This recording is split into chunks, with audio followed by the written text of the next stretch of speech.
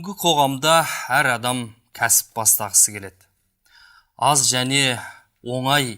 қаражатпен және оңай кәсіп бастаудың қандай жолдары бар? Кәсіп болмай жатыр ма, жоқ әлде нәсіп болмай жатыр ма? Адамның жолы жабылып қалуы мүмкін бе? Егер мүмкін болса, оны қалай ашамыз? Адамның мал дүниесіне береке бітудің қандай қағидалары бар? Ассаламағалейкум, ардақты ағайын, эфирде маңызды мәселе. Бағдарламамыздың бүгінгі тақырыбы бизнес бастағыңыз келсе деп аталады. Студиямыздың бүгінгі қонақтары Алматы қаласы Әскер ата мешітінің найып имамы Рысәлі Абдулахат және бизнес бастау мектебінің директоры, белгілі кәсіпкер Ахметбек Нұрсила. Ассаламағалейкум. Студиямызға қош келдіңіздер. Ал енді имам Мырза Абдулахат, алдымен сөзді сізден бастасақ, әлгі адамның қадірлі болу үшін үш нәрсе керек деген екен да. Ырыс, бақ, дәулет, жиренше, шешен. Ал енді сол дәулетті болу үшін адамның кәсібі болу керек. Ал енді кәсіп бастағысы келген адам шариғатта ең алдымен неден бастау керек? Осыдан бастасақ әңгіме. Алхамдулилля, ассалату ассаламу аля расулина. Аллаға мадақ, пайғамбарымызға салаваттар болғай, ел аман, жұрт тыныш болғай. Әрине, пайғамбарымыздың ардақты ұлағатты сөзінен бастасақ, пайғамбарымыз айтады, әрбір маңызы бар іс Аллахтың атымен басталмаса, ол баянсыз деген екен. Сондықтан да әрбір істі бірі мақсат, ниет, тілекті дұрыстап алып, Аллахтың атымен бастағаны абзалдау. Сонымен бірге Алла дінін қалай бастаған еді әуел баста? Бір соған көз салар болсақ, әуелі Алла дінді оқы, үйрен дегенмен бастаған еді. Оқу, жазуды үйрен деп әмір, пәрмен берумен бастаған еді. Міне әрбір істің баянды болуы, сәтті болуы, тиянақты іске асуы сол білімге барып тіреледі. Сондықтан да бірінші әрбір іс бастамастан бұрын сол не нәтижеге жетпек. Және қалай бастамақ, кімнен кеңес сұрамақ, өзі білмеген нәрселерінен білімін толықтырып, тәжірибесі мол, көп жол басқан сол салада кісілердің көмегіне көптеп жүгінген абзал. Бұған ардақты пайғамбарымызда Аллах тағала Құранда да біздерге үндеп осыған шақырған еді. Мұсылмандардың ісі кеңесумен болады деген. Пайғамбарымызда бір іс істейтін болса, өзі пайғамбар бола тұра қасындағы сахабаларынан кеңес сұрайтын, және солармен бірге ақылдасатын. Сондықтан да бұл нәрседе кеңес өте маңызды. Әр адамның бойында енді түрлі қасиет бар. Ол ата бабасынан берілген, нағашы жұртынан, мүмкін 7-ші, 10-ші атасынан берілген, әйтеу бірдеңкеге бейім болу заңды. Енді ол кісілер осы уақытқа дейін өмір сүріп, жанын бағып келсе, бір жұмыс істеді, бір қызмет істеді. Сондықтан ең алдымен осы уақытқа дейін кәсіпті әр кезде бастағысы келеді. Кейбіреулер 30-да, 40-та бастағысы келеді. Қандай білім алдың, осыған дейінгі тәжірибең қанша? Сол өзіңді алдымен зерттеп, кішкене бажайлап қарау керек. Кез келген адамның бойындағы білімді, қазір Құдайға шүкір совет заманындағыдай бір жерге жалданып жұмыс істемей, бар білімді кәсіпке айналдыруға болады. Сондықтан ең алдымен мен қолымнан не келеді, содан кейін барып осы қолымнан келетін нәрселер маған сұранысқа ие ме, соны тексеріп алу керек. Мен қолымнан келетіні жақсы, бірақ енді соған адамдар жақсы бір ақша төлеуге қоюға дайын ба деп. Үшіншісі, бәсекелестікке мен шыдай аламын ба деп. Сондықтан алдымен өзіңнің бойыңда қандай қасиеттер бар. Былайша айтқан кезде кімге, мысалы, біреуге рахмет үшін, біреуге жақыныңа, туысыңа, достарыңа бір қызметтер көрсетіп жүрдің.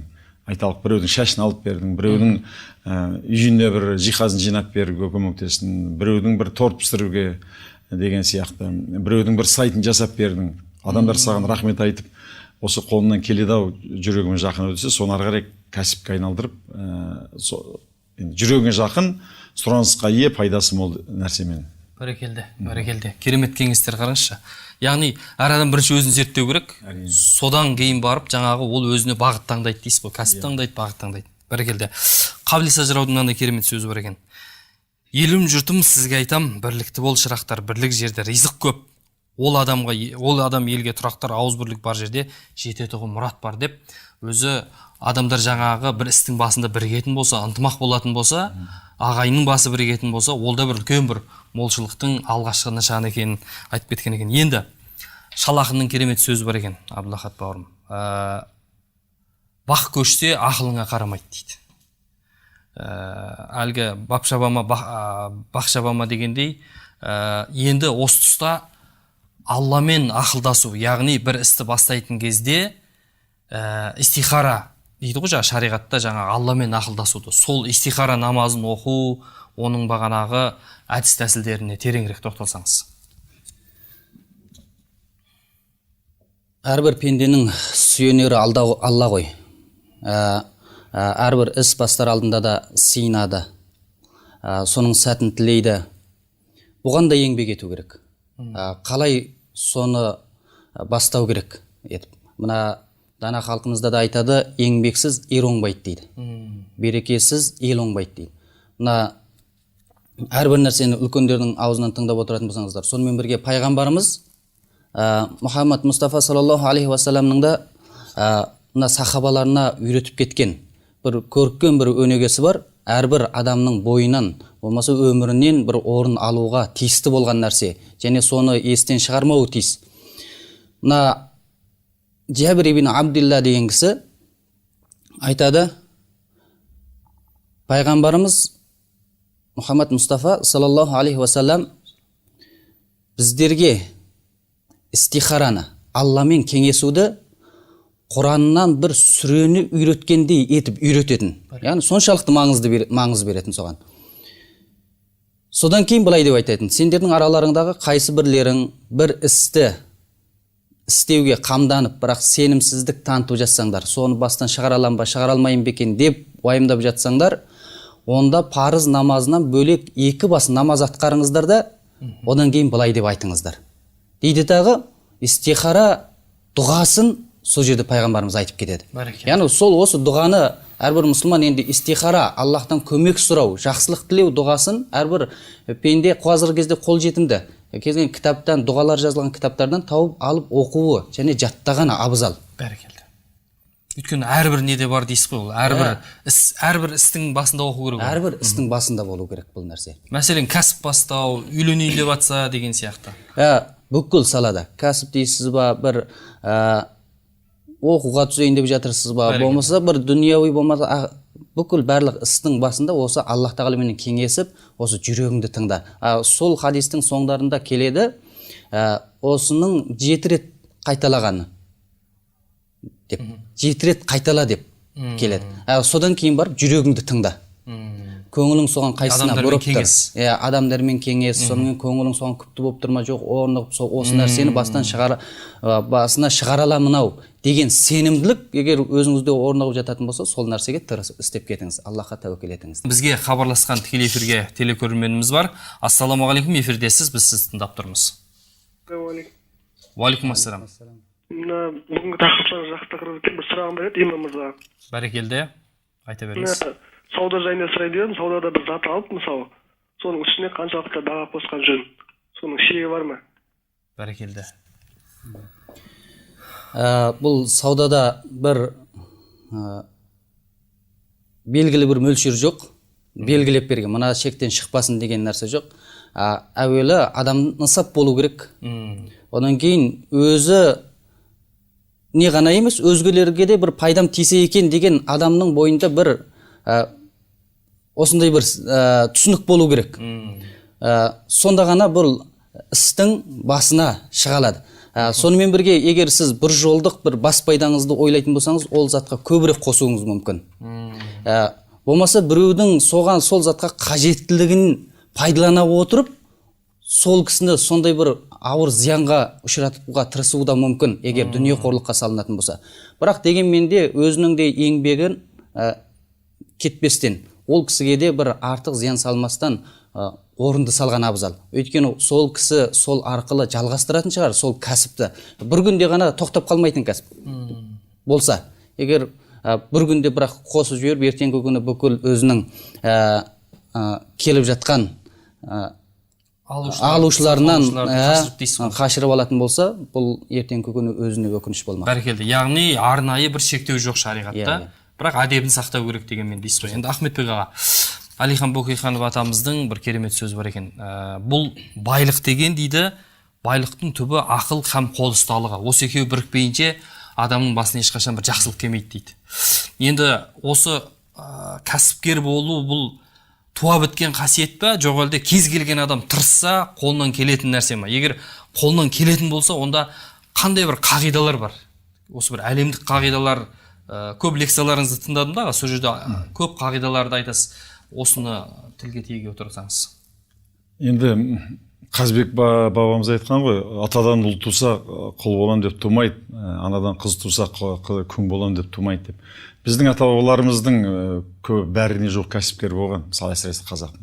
Біреуі енді арнайы кәсіптер, мысалы үйшімен ер соғатындарға не болған екен арнайы. Ал қалған кез келген аналарымыз киім тіге білген, тамақ жасай білген, кез келген ер азаматтар бір қамшы жасау, ер жасау, қора салу, киіз басу, бүкіл шаруаларды біздің ата-бабаларымыз түгел жасаған. Сондықтан кәсіп деген былай көп адамдар ойлайды, бір арнайы білім керек бе екен, арнайы туа біткен қасиет керек бе екен деп.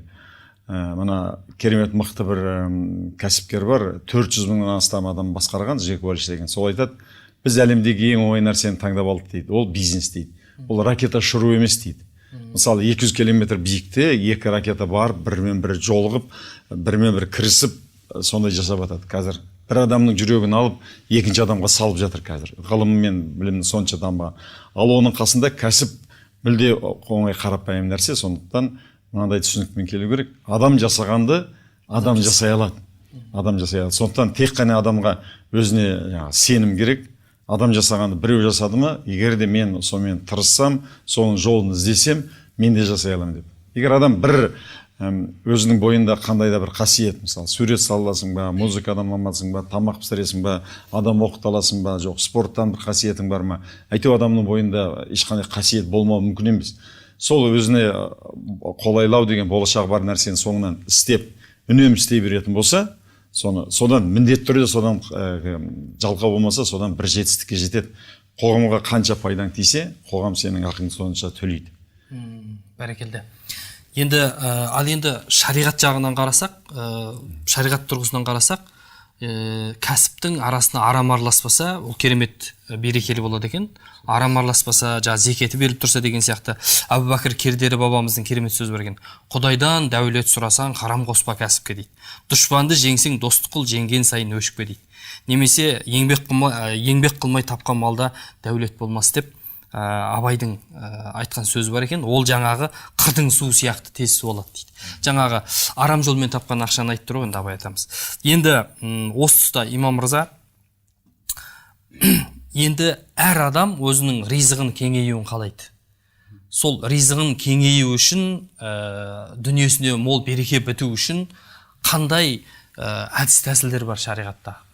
Осы мәселеде әр кісіге әртүрлі ой туындайды.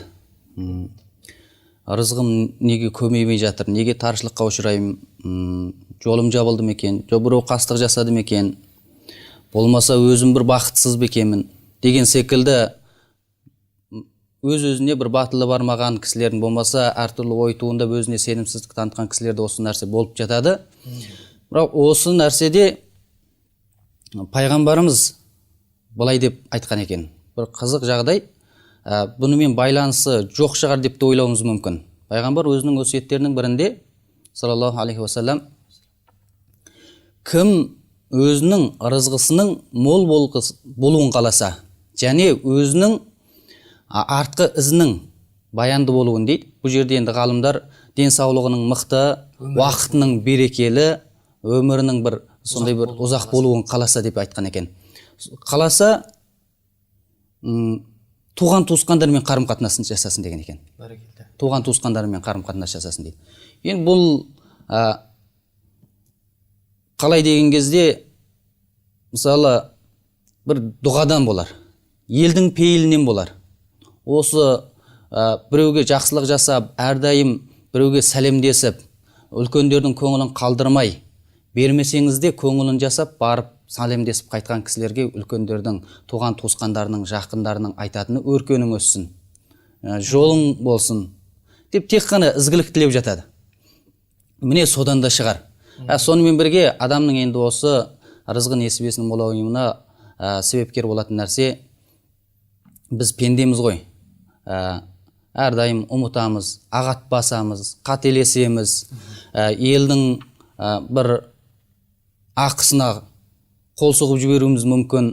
Сол секілді нәрселер біздің рызқы несібеміздің кемеюіне, тосылуына себепкер болады. Сонымен бірге біздерге беріліп жатқан осы несібе көбінде біздің ақылдығымыздан, бір болмаса бір пысықтығымыздан деп ойлап өз-өзімізге қатты сеніп қалатын болсақ, осыдан да бір сынаққа ұшырап қалып жатамыз. Сондай нәрселерде болды. Яғни Аллаға емес, адам өзіне тамсанып, өзіне сеніп қалу дейсіз ғой. Өз-өзіне таң қалып, бұл шариғатымызда бұл ұжыптық, өз-өзіне таңырқау, өзін-өзі көтеріп сондай қоярға жер таппастан сондай бір неғып кететін болса, осыдан да біз сынаққа ұшырап жатамыз. Бұны көптеген енді көкірегі ашылмаған кісілер көбінде сезбей қалып жатамыз. Осыдан ағат басып, өкінішке қалып жатамыз. Сондықтан да пайғамбарымыз осы тұрғысынан айтады, саллаллаху алейхи уассалам, кім өзіне истиғфарды ләзім етіп алса, міндеттелсе, әрдайым Аллахтың алдында айыптымын деп біліп, әр уақыт Аллахтан өзіңіздің бойыңыздағы кемшіліктен әрдайым Аллахтан кешірім сұрауды әдетке айландыратын болсаңыз, онда Аллах тағала сізді қаламаған жақтан рызық несібелерді береді деген. Бәрекелді. Ойламаған жерден рызық несібелерді беріп қояды деген. Жол ашады. Ұлық болсаң кішік бол дейді мысалы. Халқымызда да мүмкін осыдан қалған шығар. Сондықтан біздер көбінде басқа жақтан емес, әуелі қателікті болмаса күнделікті ұшырап жатқан осындай бір таршылық болмаса сынақтарды өз бойымыздан бірінші іздегеніміз абзал. Ал енді сонымен қатар адамның дүниесіне береке кіргізетін керемет шариғи әдіс тәсілдердің тағы бір өсі, бұл таңғы уақыт. Қазақта әлгі айтады ғой, ерте тұрған еркектің ырысы артық дейді. Пайғамбар хадисінде таңғы ұйқы берекені азайтады, мал мүлікті ырысты азайтады деген. Ғалымдар таңғы ұйқы ырысты азайтатын себебі, өйткені ол періштелер ризық тарататын уақыт дейді. Сол кезде адам ұйықтап жатса, ол ризықтан қағылады деген екен. Сол сияқты құлшылық ету, пайғамбарымыздың керемет хадисі бар екен. Құдси хадисте Алла айтады дейді: адам маған құлшылық қыл, егер маған құлшылық етуге уақыт бөлсең, мен сені байлыққа бөлеймін және кедейліктен сақтаймын. Егер мұны жасамасаң, ризығыңды азайтып кедейліктен құтқармаймын деген Тирмизи деген хадис. Сол сияқты садақа беруде бұл адамның бағанағы ризығын көбейтетін, берекелендіретін нәрселердің бірі екен. Ал енді Ахметбек аға, Мыржақ Дулатов атамыздың керемет сөзі бар екен: білгенге қиын емес, кету байып дейді. Енді көп адамдарда мынандай ой жүреді, мынандай сұрақ туады, көп келеді. Аз қаражатпен оңай бір кәсіп бастаудың түрлері бар ма? Қандай кәсіптер, қалай бастаса болады сондай мысалы? Негізгі кәсіп бастау үшін қаражат керек емес. Көп адамдар осыған келіп тіреледі, одан кейін тек сол оймен ғана жүреді. Мен кәсіп бастайын деп едім, ақша жоқ, бір жерден қарыз алсам, бір жерден кредит алсам деп. Көбі содан бастап кетеді, астындағы көлігін, басындағы үйін банкке барып, кредитке барып, соңғы батпаққа батып жатады. Сондықтан кәсіпті, бизнесті білім жасайды. Егер біліміңіз бар болса, ешқандай қаражатсыз кәсіп бастауға болады. Оған жүздеген, мыңдаған мысалдар келтіруге болады. Мен де қазір мысалы шәкірттерім, қазір ғана мысалы айталым, Салтанат деген қазақ тілінің мұғалімі жігіт сабақ береді университетте. Ешқандай ақшасыз үшінші кәсібін бастап жатыр. Өйткені алдымен білім керек. Ең алдымен халыққа сұранысты біліп алу керек. Ол үшін қазір заманауи технология. Қазір енді өмір сүру осыдан 100 жыл, 50 жыл, 20 жыл қарағанда әлде қайда көп өзгеріп көптеген жеңілдік кетті ғой. Қазір мысалы фотоға түсіру үшін біз кезіндегі сияқты пленкаға салып, оны жуып, қараңғыға барып, үйтіп жатпаймыз. Бір жаққа бір құжат жіберу үшін оны факспен болмаса хатпен жіберіп жатпаймыз, түсіреміз де жібере береміз. Сол өмір деген мына әсіресе мына техника дамыған сайын керемет дамып жатыр. Соның әсері кәсіпке де керемет тигізіп жатыр. Сол заманауи кәсіптің тілін, заманауи техниканың тілін білген адамдар тез нарыққа не керек екенін, тез сұранысқа екенін біліп алады. Онан кейін халықтың алушылардың, тұтынушылардың назарына жеткізудің әдістерін тезірек біледі. Содан кейін тез серіктестер жинап алуға болады. Тез басқа серіктестермен қаражаты бар, жолын қалай аша алмай жүрген адамдармен біледі да, айтады, сізде қаражат бар, менде білім бар, екеуміз бірігіп жасайық деп. Біз олардан көбінесе динозаврлар деп айтамыз. Осы заманауи әдістерден қалып қалған. Енді былайша айтқан кезде әлі күнге дейін шалғымен шөп шауып, орақпен шөп шауып жүрген, болмаса күрекпен жер қазып жүргендер бар. Ал қазір мысалы экскаватор, комбайн шықты деген сияқты. Сондай заманауи технологияны кім игерді? Қазір кәсіптің кілті бәрі соның қолында. Сондықтан заман ағымына қарай, заманнан қалмау керек. Мысалы менде қазір 11 жастағы бала, 5-ші сыныптың баласы өзі сабақты керемет жақсы оқиды.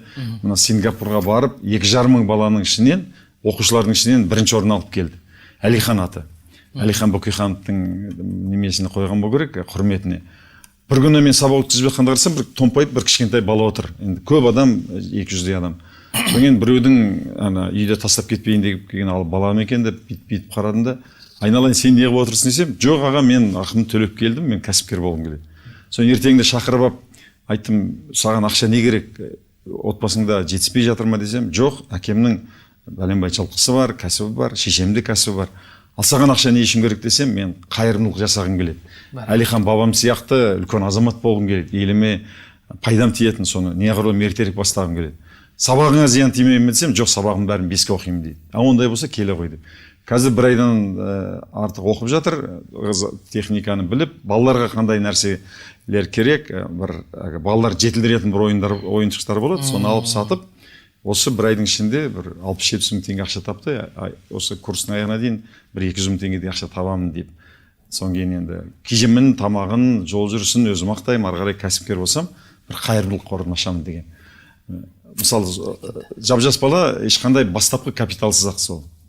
Қазір мысалы интернет, инстаграм бар, фейсбук бар, вконтакте бар, сайт жасау, соның бәрін білгеннен кейін сұраушылар бар.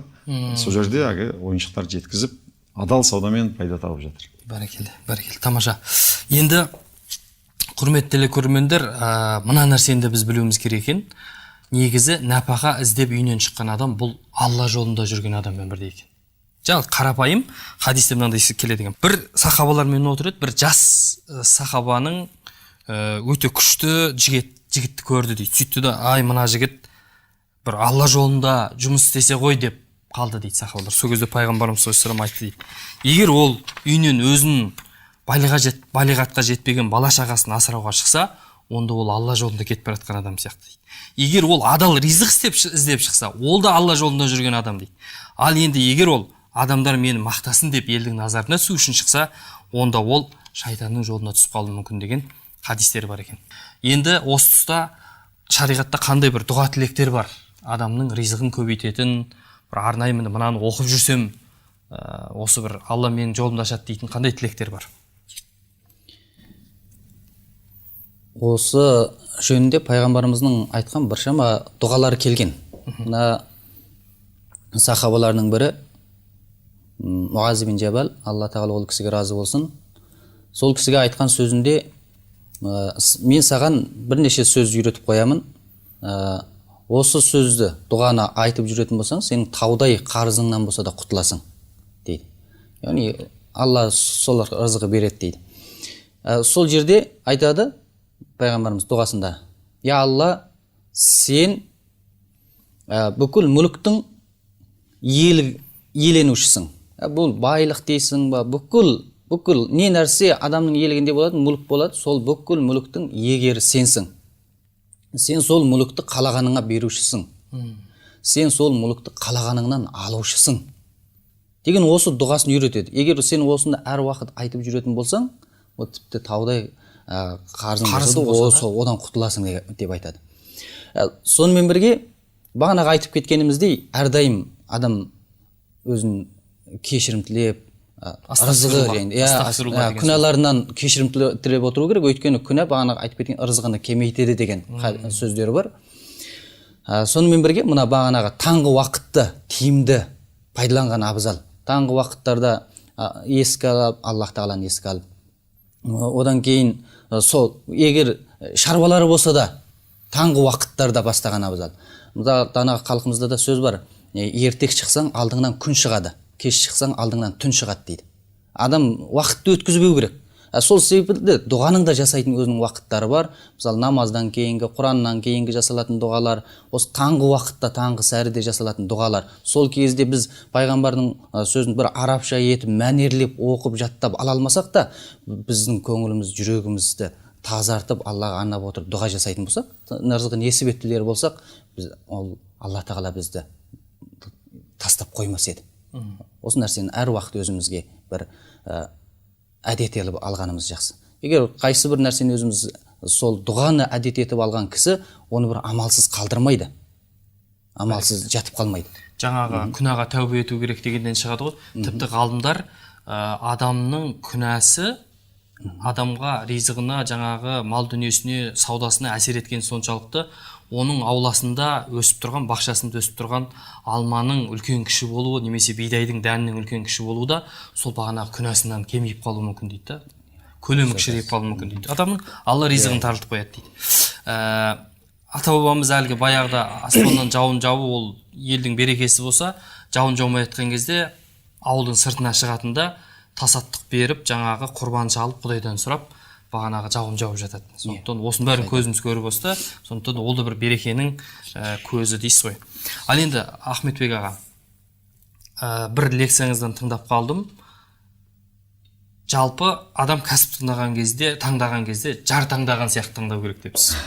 Яғни адам сондай қатты мән беру керек, кәсіптің нақты қалай өзі таңдайтындығына деп. Енді көп адамдар осы кәсіп таңдауға келгенде болсын, көп жағдайда бір белгілі қалыптасқан стереотиптер бар сияқты қоғамда. Қарызға батып кетуден қорқады екен, немесе уақытым өтіп кетті дейді, мен болды ғой енді, сендер істеңдер енді, біз енді істей алмадық енді деген сияқты жаңағы бір айтатын сөз бар еді ғой. Сол сияқты, немесе бұны кез келген адам жасай бермейді, өзі жасайтын адамдар болады өзі сондай деген сияқты. Немесе тәуекел жетпейді, қорқады. Немесе біз істейтін нәрсені уже ел істеп қойған, мысалы нан сатайын десе елдің бәрі нан сатып жатыр, ол бір елде жоқ нәрсені істеу керек, сол кезде ғана кәсіпкер боламын деп ойлайды сияқты. Осы стереотиптерге байланысты не айтасыз? Енді кәсіп, кез келген адам кәсіпкер болғысы келеді деп ойлаймын. Өйткені кәсіпкер деген адам ол тәуелсіздік. Енді аяғыңдағы етігің тар болса, әлемнің кеңдігінен не пайда депті ғой біреу. Енді егеменде тұрып жатырмыз, бірақ өзің егеменсіз, егеменді өзің біреуге тәуелді болып жүрсең, онда егеменді елдің де егемендігінен саған көп пайдасы жоқ. Сондықтан көп адамдар кәсіп болып, қазақ айтады, өзім дегенде өгіз қара күшім бар деп. Сен қаншама жұмыс істесең, күндіз-түн істеп жатсың ба, сенбі істедің ба, сен өзіңе байланысты. Сол қанша табыс тапсаң, сен өз отбасыңа, өз ризығыңа пайдаланасың. Бірақ соған дегенде көбінесе сол қорқыныш, үрей, сенімсіздік, өзіне сенбеу неме. Қазіргі кезде оның бәрі осыдан 10 жыл бұрын, 20 жыл бұрын, 100-деген жыл бұрын кәсіп бастағандардың шындығында да 90-95%-ға жуығы сәтсіз болып жатқан. Өйткені бұрын кезде ары қарай тексеріп алып, шындығымен осы сұранысқа емі бәсекелестерді тексеріп алып, мысалы, біз 90 жылдар бастағанда өте қиын болатын. Қазіргі заманауи технология бойынша, мысалы, қазір бәрі бар ғой, мысалы, рентгенге түсіріп адамның немесін біліп алуға, жердің үй салған кезде жердің астын бәрін тексеріп алу өте жеңіл. Сол сияқты кәсіпті атамыз айтады ғой, 7 рет өлшеп 1 рет кес дейді. Заманауи технологияны меңгеріп алған адам ешқандай қауіпсіз бастап кете алады. Ода тұрған ештеме жоқ. Тек қана соның неменесін білу керек. Мен көбінесе қазақтың жалпақ тілімен түсіндіргенді жақсы көремін, өйткені бүкіл мысалы маркетинг болсын, менеджмент болсын, логистика, бүкіл бизнестің тілін бәрі халықтың даналығынан шыққан нәрсе, оны ешкім бір ғылым ешқайдан ойлап шығарған жоқ. Көптеген мен өзім бизнес тренингтерге көп қатынасам, көп жерде бүйтіп айтып жатады. сен өзің керемет өзің ләззат алатын, өзің керемет осылай өзің жақсы көретін нәрсемен айналыс деп. Былай қарасаң, кез келген кәсіпкердің өмірін қарап отырсаң, бір нәрсемен айналысқан адамдар өте аз. Мысалы, мен өзім 5-6 рет саланы ауыстырдым. Сондықтан мені маңдайыма мысалы тон тігу, болмаса жиһаз шығару, болмаса қымыз шығару жазылып қойған шығар. Енді өмір деген ол ағыс өзгеріп жатады. Бір күн бір нәрсе сұранысқа, ертең басқа бір нәрсе, кейде бір нәрсенің сәтін салады деген сияқты. Сондықтан мен оларға айтатыным, жар таңдаған кезде қазір заманауи осы кездегі жар таңдау емес. Қазіргі кезде көбінесе түріне, бетіне, жылтыраған бойына қарайды да, сүйдім күйдім деп үйленеді да, ажыраспайды. өкінішке қарай 50-60%-ға дейін жетіп кетті.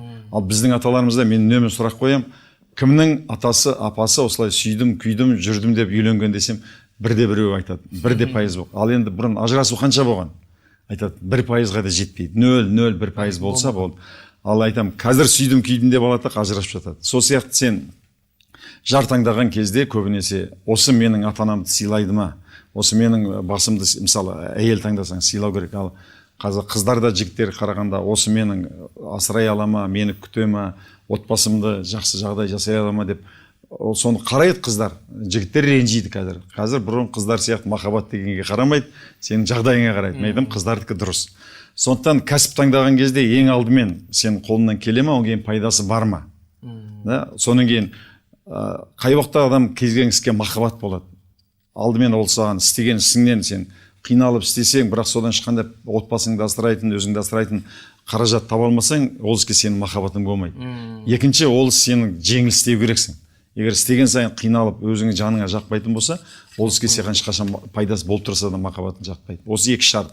Ал жеңіл істеп кету үшін қолынан келу керек, сен оны 10 рет, 50 рет, 100 істегеннен кейін, ол істі сен жеңіл істей бастайтын боласың. Ол мысалы айталық, шаңғы тебу, хоккейде басында, көлік айдауда басында саған жаға қоймайды, бірақ осының артында пайда бар.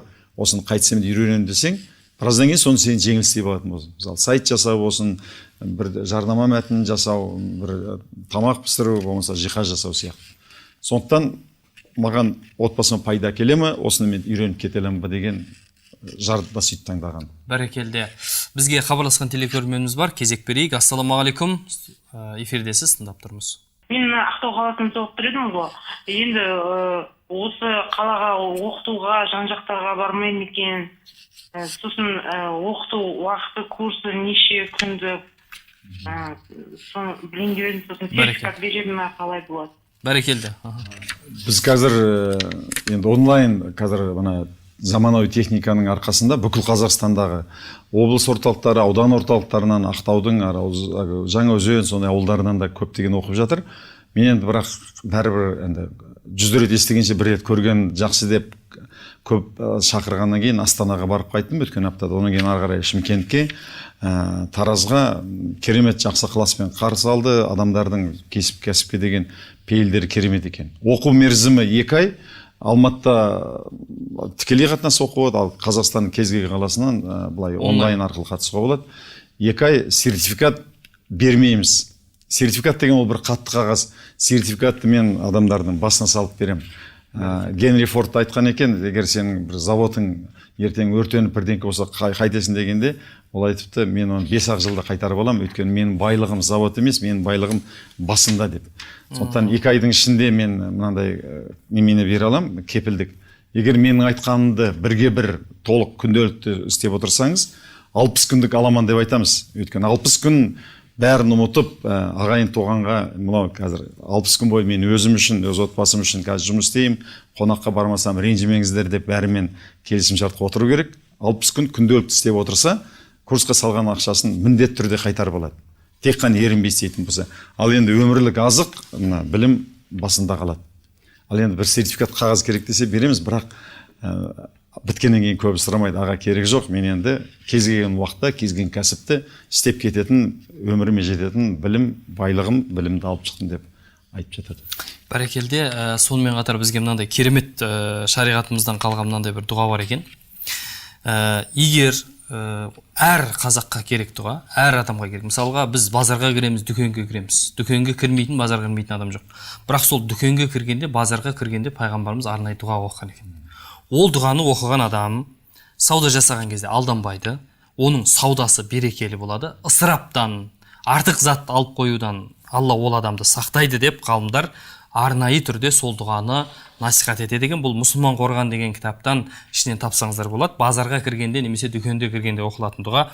Пайғамбарымыз саллаллаху алейхи ва саллям айтады: кімде-кім ла иляха иллаллаху вахдаху ла шарика ла, лахул мульку ва лахул хамду юхйи ва юмит ва хуа хайю ла ямут биядихил хайр ва хуа аля кулли шайин қадир деген дұғаны оқитын болатын болса, ол адамға дейді 100 мыңнан 100 мың, яғни миллион жақсы іс жасағанның сауабы жазылады дейді. Және ол адамды Алла тағала миллион 100 мыңнан 100 мың баспалдаққа дәрежесін көтереді дейді ол адамның. Базарға кіріп барып жаңа дұғаны айтса, және де Алла тағала ол адам үшін жәннаттан үй тұрғызады дейді. Дәл осы дұғаны айтқан үшін. Ал ғалымдар ол жаңағы дұғаның пайдасы бағанағыдай үлкен берекелі сауданың болуына себеп болады деген екен. Енді имам мырза, қазақта жақсы сөз бар: жарылатанар жігіт байдалын атқайыр бастайды, ал жалғыз қалар жігіт жақынын жатқайыр бастайды дейді.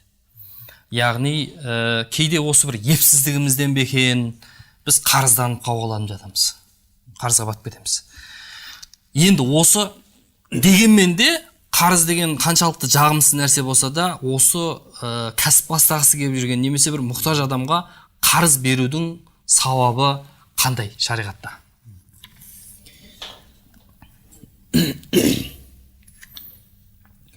Осы қарыз беруде пайғамбарымыздың айтып кеткен мына өсиет сөзі хадисінен бастап кетсек, пайғамбарымыз айтады: кім бір мұсылманның қиыншылығынан шығаратын болса, Алла ол кісінің қиямет күніндегі қиыншылығынан шығарады деген. Кім бір қайсы мұсылманның басына іс түскен мұсылманның сол қиыншылығын жеңілдететін болса, Алла ол кісінің дүние ақыреттік істерін жеңілдетіп береді деген.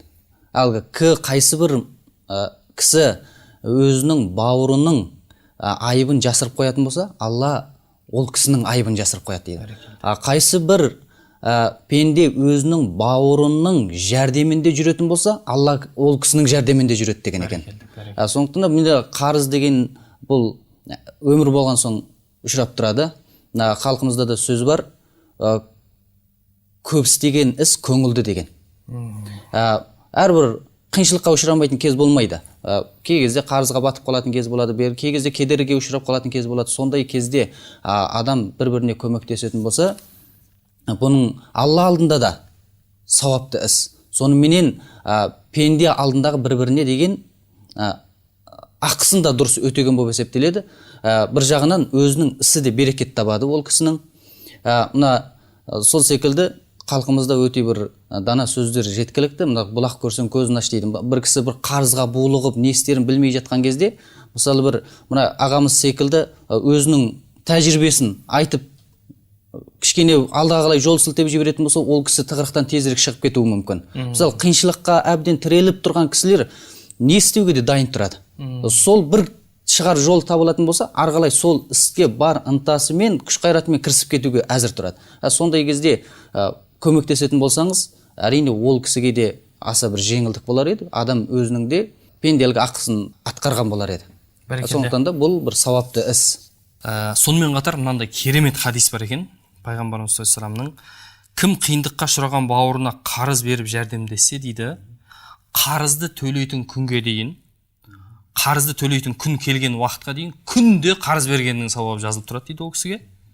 Содан бөлек, егер қарыз келе төлейтін уақыты таяп болып қалды, бүгін төлеу керек қарызын, ол мына кісі төлей алмай отыр ғой, қиналып тұр ғой деп оған созатын болса, ары қарата уақытын жеңілдік жасап, одан екесе бағанағы берген қарызынан екесе сауабы ана қарызын толық төлеп біткенге дейін ана адамға жазылып тұрады дейді. Сондықтан да көп адамның бауырына сондай үлкен сауаптың астында қалу үшін жәрдем беріп тұрған жақсы. Енді Ахметбек аға, көп адамдар үйсіз пәтерсіз жүр қазір. Жастардың бәріне осы сұрақ қызық.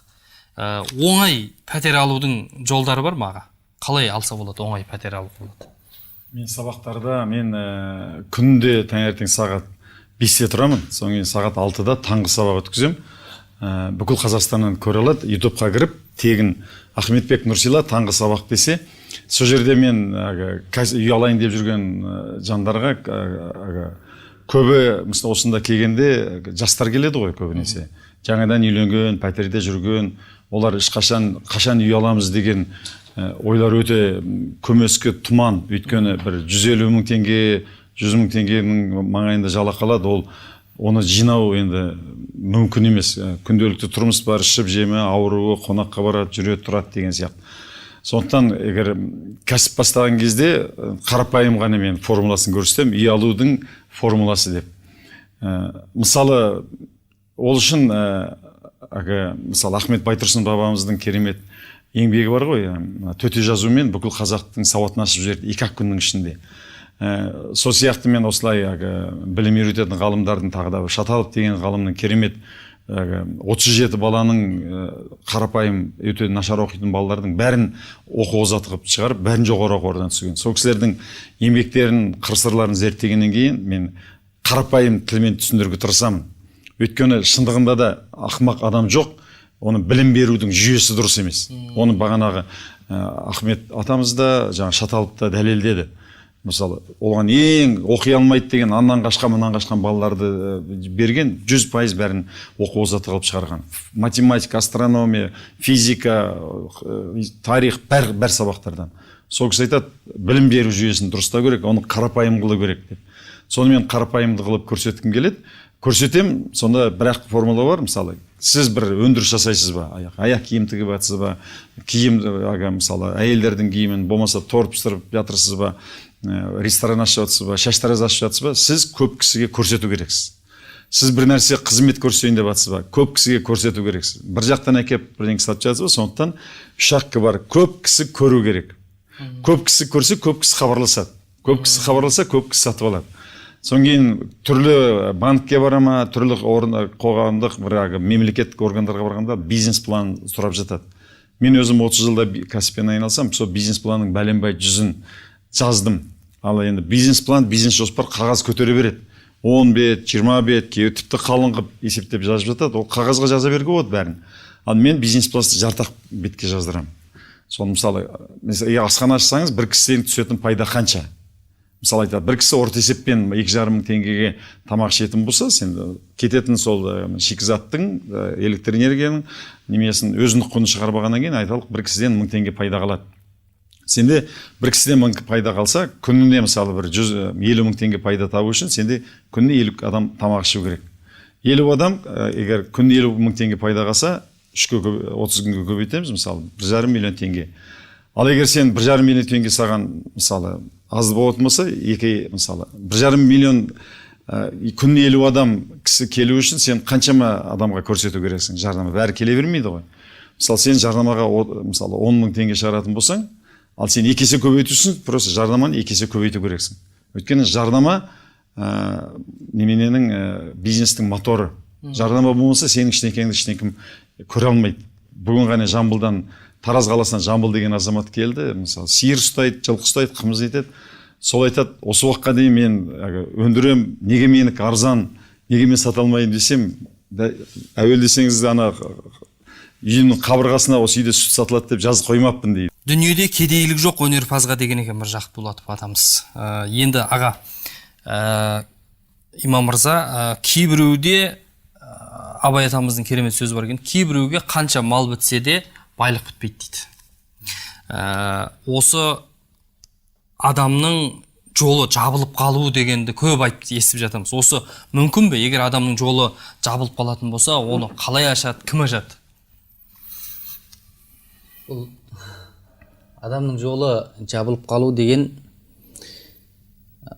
бір адамның өзінің сенімсіздігінен болады. Бір үміт ұшқынын көрмесе, бір жалқаулық танытып жатса, болмаса өзінің сол басқан жолында бір ағаттық жіберген шығар, қателік өткізген шығар, күнә бар шығар, болмаса біреудің ақысын жеп, болмаса бір тәртіппен бастамаған шығар жұмысын, болмаса өзінің өмірінде белгілі бір жоспар қоюда қателескен шығар, болмаса өзіне лайықты емес салаға түскен шығар. Мысалы әртүрлі тараптан көре беруге болады, бірақ мына бір ғалым өзінің ұстазының қасында 30 неше жыл отырған екен. Соны ұстазы сұрайды, сен сонша уақыт отырдың, менің қасымда не нәрсе үйрендің деген кезде әлгі кісі бір 8 мәселе үйрендім деген екен. Сонда әлгі 8 мәселені айт деген кезде соның бірі әлгі кісінің айтып кеткен нәрсесі, мен Аллахтың Құранындағы мына бір аятқа назар салдым. Алла Тағала Құранда әрбір жер бетіндегі мақұлық өрмелеушілердің барлығының рызықсын мен беремін деген екен. Маған міндетті рызықсын беру деген екен. Сондықтан да мен сол жер бетіндегі жаратылыстың бірімін деп ойладым. Аллахтан күдерімді үзбедім. Сізден үйренгенім осы нәрсе деген екен. Яғни Аллахтан күдер үзбеу керек. Әр уақытта бір үмітсіздікке шалынбау керек. Бір нәрседен сүрінетін болса, екінші бір нәрселерді бастауға соған әзір болып тұру керек адам деген. Мүмкін осы мәселеде бір көбінде бір жолым жабылып қалды деп осы нәрселерге түсіп жатады. Енді осындай кісілер көбінесе бақсы балгерлерге жүгініп жатады. Ол кісілер адам жолын аша алады ма? Бақсы балгерлер адамның жолын ашуға келетін болсақ, ол кісілер әуелі өзі бір Аллаға мұқтаж, ол кісілер әуелі бір Аллахтың беретін рызықсына өздері мұқтаж бола тұрып, қалайша біреудің рызықсын Аллахтан тартып алып бере алмақ. Егер Аллах Тағала одан рызығын шынымен тыйып қойып жататын болса, кімнің күш құдіреті, қауқары жетпек Аллах Тағаламен күресіп рызығын тартып алуға. Сондықтан тіпті сол жолым жабылды деп басқа сол бақсы балгерге барып жатқан кісінің өзінің жолы тіптен жабылып, сол бір Аллахтың таршылығына, Аллахтың сондай бір қаһарына ұрынып қалу мүмкін. Сондықтан бұл нәрседен аса абай болған абзал. Өзінің күшіне сүйеніп, Аллахқа тәуекел ете білгені жақсы. Бәрекелді. Егер сендер Аллаға дұрыс тәуекел етсеңдер, ұясынан ұшып шыққан құсты ризықтандырғандай Алла сендерді асырайды дейсіз ғой. Ал енді біздің уақытымыз өз мәресіне жетті. Сондықтан да Ахметбек аға, сізге соңғы сұрақ. Жалпы қорытындылап кетсеңіз, түйін мотивациялық сөздеріңізді айтып, жалпы қысылып жүрген адамдар бар, осы салысуға батып, осы не істесем деп жүрген адамдар бар. Сондай адамдарды осы жетелейтін бір мотивациялық, алға сүйрейтін бір сөздеріңізбен қорытындыласақ бүгінгі бағдарламамызды. Бақыт деген нәрсе адам өзі бақытты сезінуде. Сондықтан Алла Тағалаға таңертең тұрғаннан кейін рахмет айтып, мен осыдай, мен өзі айтам, 250 миллион мүмкіншіліктен маған жарық көруге маған нәсіп етті. Осыған маған рахмет, дені қарын сау болғанына, тағы бір күнді көргеніме, қаншама адам осы күнді көре алмай жатыр. Мен осындай егеменді елде жүргеніме рахмет деп, адам өзіне рахмет айтып, осы назарын тек қана істеп жатқан ісінің игілігіне, соның жақсылығына назар аударатын болса. Үшіншісі, еңсесі түсіп жүрген адамның ешқашан жұмысы алға бармайды. Адамның жақсы көңіл күйі болса, істеген ісі де алға басады. Жаман көңіл күймен істеген іс, ол да жаман нәтижесі дұрыс бола бермейді. Кейде болады, пендеміз ғой, көңіл күйің болмай тұрса, мен өлең оқи бастаймын. Ал енді мен ақыл айтам, таңданба, қорлық үшін келген жоқсың, мұны өмірге жалғанға, мұны өмірде жүрегіңде бойыңды ыстық қан барда, болмысты да, болмасты да болады деп арманда. Ал енді мен ақыл айтам, таңданба, әзіріңе, мәзіріңе, әулекі боп алданба, ататығын таңдарға да, шығатығын күндерге де, үмітпенен қарағайсың, жүрегіңде жан барда. Өтер кетер дейміз ғой біз мұңайып, дейміз дағы жамаймыз кеп, бір айыпқа бір айып, отандастар ойлайықшы, бойымызға олайық, құласақ та тек шыңдардан құзға барып құлайық, бақсып жанған қоламты емес, артымызда шоқ қалсын, болашақтың алаңында біздер жаққан от жансын деген. Осындай Мұқағалидың отты жырларын дауыстап тұрып айту керек. Ұялатын ешкім жоқ. Болмаса біреуден ұялсаңыз, құлағыңызға наушник киіп алсаңыз, біреумен сөйлесіп бара жатыр екен деп ойлап қалады. Сол кезде көңіл күйіңіз көтеріледі, бастаған ісіңіз алға басады. Адам жасағанды адам жасайды. Қазақстан сияқты бай елде әрбір қазақ бай болу керек. Қазақстанда кедей қазақ болмауға тиіс. Бәрекелде, құрметті телекөрермендер, бүгінгі бағдарламамыз өз мәресіне жетті. Біз әлі де бұл тақырыпқа оралатын боламыз. Қазақ мал баққанға бітеді дейді. Ал ескіден қалған тәмсіл бар. Кәсібі жоқ адам, ол балы жоқ ара сияқты дейді. Ал Алаштың абайы әуелі Аллаға сыйынып, одан кейін өзіңнің қайрат жігеріңе сүйініп, еңбек қылсаң қара жерде құр тастамайды деген. Алла дүниемізге береке берсін.